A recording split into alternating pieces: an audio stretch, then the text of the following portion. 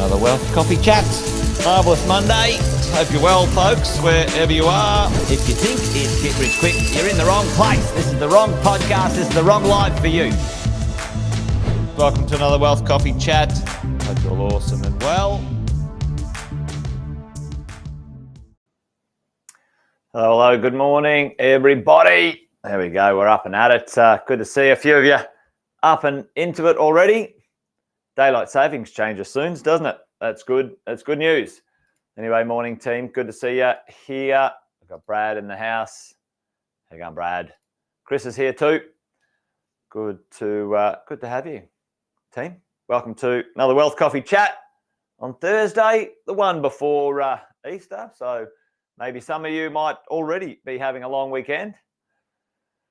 I hope you've got something fun lined up on the weekend. Do the quick intros while we're here. Jason Whitton's my name. If you didn't already know it, now you do. There might be one or two newbies dialing in this morning, and if that's the case, if that's you, that's awesome. Well done. Make sure you say hello in the chat. Might be someone who's just joined recently, our coaching and mentoring program for property investors. We've been coaching investors for a while now, over 20 years. We're in our 21st year, which is kind of cool. And every morning we get together around about 8:10 each weekday and have a bit of a conversation, a bit of a chat about investing, about property, about going the distance, folks. So that's the drill. Welcome along. The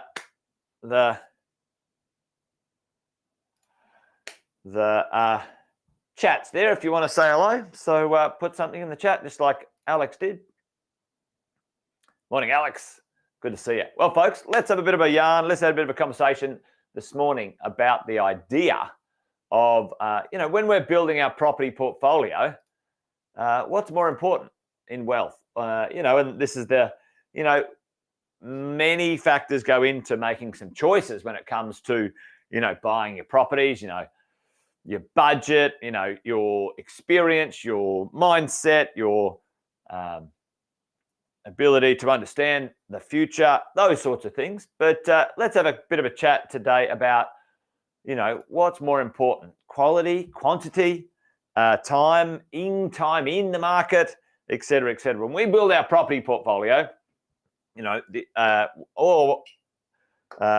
often I say that, the minimum time frame needs to be 15 to 20 years, right?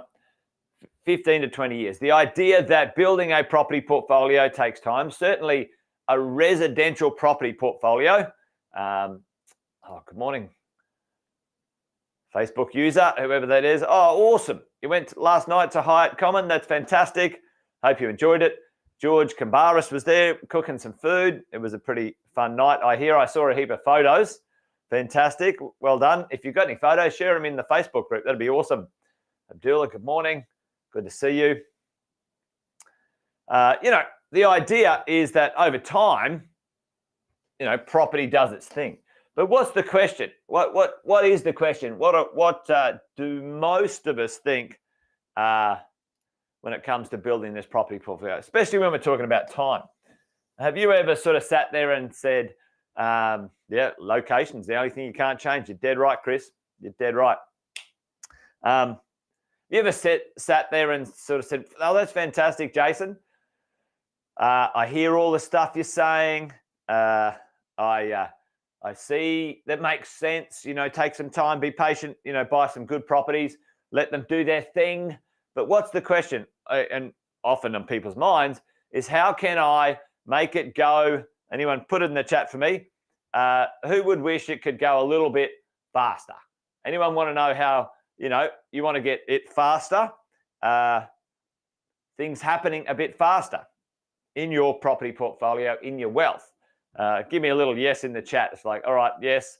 Yeah, I know I need to have an attitude, an opinion, a focus on a medium to longer term outcome. But, I wouldn't mind it going a bit faster. Chris is like, yeah, pick me. For sure. And how can we speed things up in the world of property investing? Well, there's a few bits in here that are super important, right? As we go, we're building our property portfolio. You know, the idea that our equity grows over time. The thing that we really want to keep an eye on is our rents growing over time. You know, our rents going up and, you know, our mortgages going down, okay? Now, that's the idea. Here's a pretty easy, simple explanation. You know, how do we, what's the secret, what's the thing to unlock the rate of growth, right? The rate of growth. Yes, the market in general has grown, you know, and not every single property has grown, but, you know, the market in general with inflation and other things, you know, lifts all values. And why do some properties grow faster? The rate of growth more than others. The rate of growth for the capital value, you know, what percentage, and, you know, the rate of growth for the rents. Why do some properties grow faster? This is the, let's not call it the secret sauce, but this is the thing we need to ask ourselves. How do we choose? I know, Chris. You know, that's not such a bad it's not such a bad question, Chris. I tell you what, I've done plenty of deals. I've done plenty of deals with friends and family and other people that I know, where I get hold of the deal. I say, hey, listen, you provide something, I provide something, and let's do a deal together. I prefer to be doing deals, even if I'm only a third or a half or you know, 60% of the deal, than no deal at all. So that's not a bad question, Chris. Good question. Hey, Kev. Good morning, mate. How are you? So listen, folks. How can we influence the rate of growth with our real estate? Rate of growth with our real estate. And there's a few ways to do that, right? What's Sam's number one catch cry when it comes to his real estate? The conversations when it comes to the type of property that you can purchase that Sam's a big fan of. Put that in the chat for me, folks. So, you know, number one, the quality. Sam calls it the flight to quality. You know, number two, you know, the location. Like Chris said there before, you know, you can't, flight to quality. Yep. You know, you can't, it's very difficult to change the location once you've got the property as you go. And just think about that. And last but not least, you know, quality. And Sam talks about, you know, design. All right. Quality and design kind of go a bit hand in hand, but quality, the build and whatever, and the design, the use of the property. Those are probably the three big things that consider, or three big things that make the rate of growth more. Rate of growth more, right? Now, here's the other thing. I've heard this so many times in the world of property investing. You know, just buy a property. It's all about the numbers. It's all about the numbers. You know, you're not going to live there, et cetera, et cetera, et cetera. Now, I don't believe in that. I think that's a complete rubbish way to look at property investing. Now, yes, the numbers are important. Don't get me wrong here, right? You need to know your cash flow position. You need to know your equity. You need to know what's going on with the costs and the ins and outs and ups and downs of your financial situation when it comes to the property, for sure. Is it, you know, within your budget and so on? However, who will drive, folks, put this one in the chat for me. What market segment will drive the price of real estate, the value of real estate? Who will drive the value of real estate in the market segments, folks? Who's going to drive it? Who's going to drive the rate of growth? Hello, Corey. How are you, mate? Good to have you here. Is it owner-occupiers? Is it investors, right? Okay, like is it first home buyers? All right, so who is going to drive that value? You're dead right, Luke. Now, it's an interesting one right now. Local owner-occupiers, right? So that's why it's so important with the quality of the property that it is desirable. It is desirable, quite significantly desirable, to an owner-occupier, folks. Now, this is the idea is local owner-occupiers, like Chris said. Now, we're not talking you have to have a mansion and the only way to get wealthier faster is to have a mansion and et cetera, et cetera. No, there's a combination of things, the quality, the location, the design, also the price point, folks. The price point. Certain price points move a little bit faster than others. So the quality of that at a certain budget is pretty important to understand, okay? And away we go. Corey had a question here. How do I get equity from my home? I just made a call about this 2 seconds ago. Hey, Corey, good to see you, mate. Listen, can help you with that if you want. Send us a little message in our Facebook group if you're in there, and one of the coaching team or one of the advisors would be able to help you if you want some of that help, Corey. Let us know. Anyway, so how does this work? All right, well, let's go and have a look at some things, right? Let's go and have a look at putting this in perspective, putting this in reality of a portfolio growing. Now, some of you guys have seen this before, and let me do this. Let me see if I can make that a bit bigger.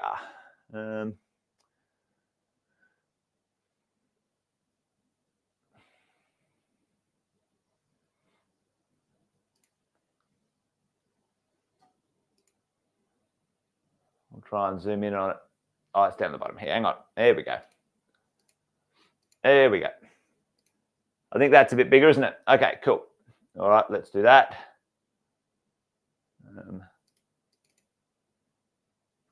All right, so we've got our calculator here. You guys have seen this before. And this is the idea that, over time, we might look to purchase, 3 to 5 investment properties over time, right? Some of you guys have seen this calculator. You can sit down with your coach and go through this as well. So let's look at, we've got a goal, and I'm going to change this to 15 years. Let's look, we've got a goal. We've got a goal of $100,000 passive income, and I want to get there in 15 years. And based on some numbers that we've put in the calculator, this is a forecaster. It's this is just an idea of how you put this portfolio together. We go down and have a look at what we've put in the calculator for the rate of growth, folks. The rate of growth in our property values and the rate of growth in our rent values, right? So let's have a look at this. Like I put down 5%, okay? 5%, pretty conservative. And then I put down 4% in here. Well, let's have a look at mucking around with those rate of growth numbers and see what might work, right? Because at the end of the day, we're talking about the quality of some properties and the growth over time. So let's have a look at some data and how we might analyze this stuff, right? So if you have a look at the whole, this is the national property marketplace, and I like this one. This is SQM research here, if you can see that on the screen. So the 10-year change across the board is anywhere from 4.9 all the way through to 6.6. So the average combined is 6.4%. Okay, so that's pretty awesome. So now, could that change? Would that be different in other places or spaces? So let's go and have a look at somewhere that's grown pretty significant recently. Let's say Brisbane. So remember that was 6.4% there, 6.7% in Brisbane, the average across the board. 5%. And have a look at the 3-year change, folks. The 3-year change is accelerating. Look at the 12-month change here in the world of apartments up in Brisbane. Why do you think, put in the chat for me, why do you think at the moment, let's say places like Brisbane and other places are accelerating with some of the apartment values? Put that in the chat for me. What do you think? Okay. So, that's pretty interesting as we go along. And, let's go and have a look at Melbourne. Let's go and have a look at Melbourne. What's happened in Melbourne? It's been a little bit more compressed of late, so it's a bit lower, right? So the last 12 months, not so much momentum. The last 3, 7, and 10 years, it's one of those marketplaces that's going to get its run. Every other market's had its turn, and we're going to get a bit of that as we hang in Melbourne too. Let's have a look at Sydney. Sydney's done pretty well of recent times as well. So this is interesting as well. 12-month change, 3-year change, et cetera, and you're dead right, Luke. It's the affordability factor right now in some of those cities when it comes to locational buying and so on. So this is where we would get our info and our data from when it comes to making some decisions on how are we going to look at situations or places. Now, this is the rent data. Okay, not only do we want our property values to grow a bit faster, but we want our rents to grow a bit faster. Look at this. Combination, the last 10 years of growth is 5%. Boom, right? Have a look at the last 12 months of rent growth, folks. 10%. 10%. That's crazy, right? Okay, and listen, you guys know that like 7-year growth, 6%. This is your rental growth, folks. Let's go and have a look at, different cities. Let's go and have a look at Brisbane. What's happened in the last little bit? There we go. 5% rental growth. Check out the 3-year growth for Brisbane. 14% growth in rents. 8%. So what does all this mean? What does all this mean? Let's put it in perspective here when we're talking about, our forecast here. So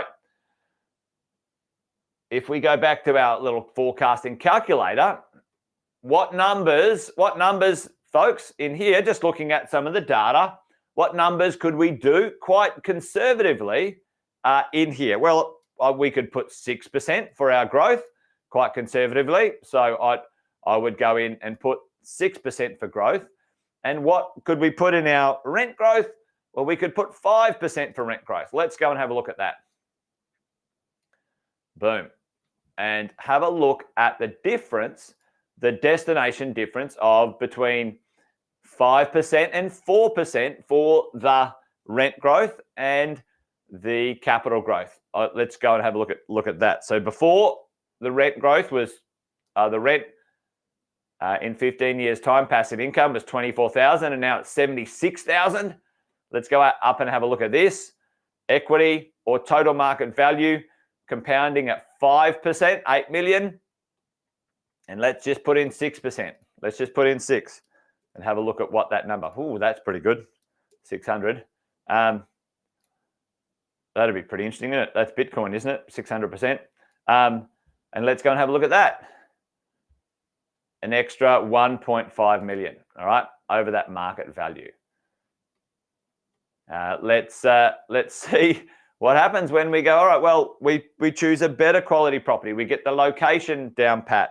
We get the design down pat. We get the quality down pat. We nail all of those things when it's attractive to an owner-occupier. What might happen with that as we go along as well.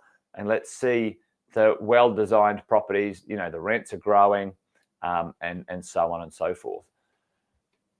You're looking at now 136,000 and you're looking at 10 million, okay? What else can we adjust? In here, you can adjust the time. So let's do 20 years and have a look at that. The difference just 5 years makes when it comes to getting our momentum and our wealth and our property is pretty significant. All right, well, what does it all mean? Let me put that back. Here we go. What does all mean? There we go. What does it all mean when we bring this together? Okay. Well, the rate of growth in your capital value and your rents will determine the total overall wealth and the time frame of that destination, right? So when we put in 5% capital growth and 4% for rent growth, when you look at the market, and that was the overall market, I'm absolutely sure if you drilled into certain locations, you could get a better result compounding over time. A certain style of property, houses do tend to grow faster in capital growth than apartments. However, rents in apartments, if you do certain things to them, can grow faster than houses, certainly from a lower base to a higher price point. So what's the takeaway? Your quality, your location, your design will determine the rate of growth. If you get a higher rate of growth, there's my thing. If you get a higher rate of growth, that brings down the time.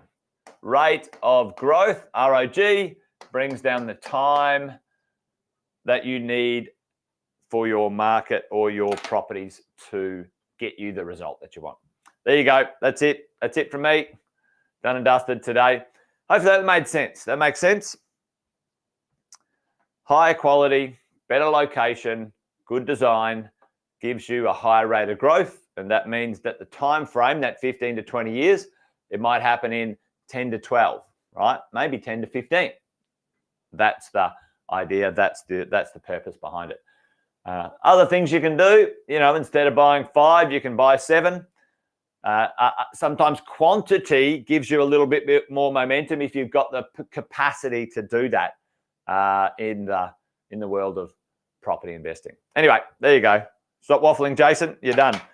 That's it from me, folks. Good to see you today. Thanks for joining. As always, fantastic to have you here.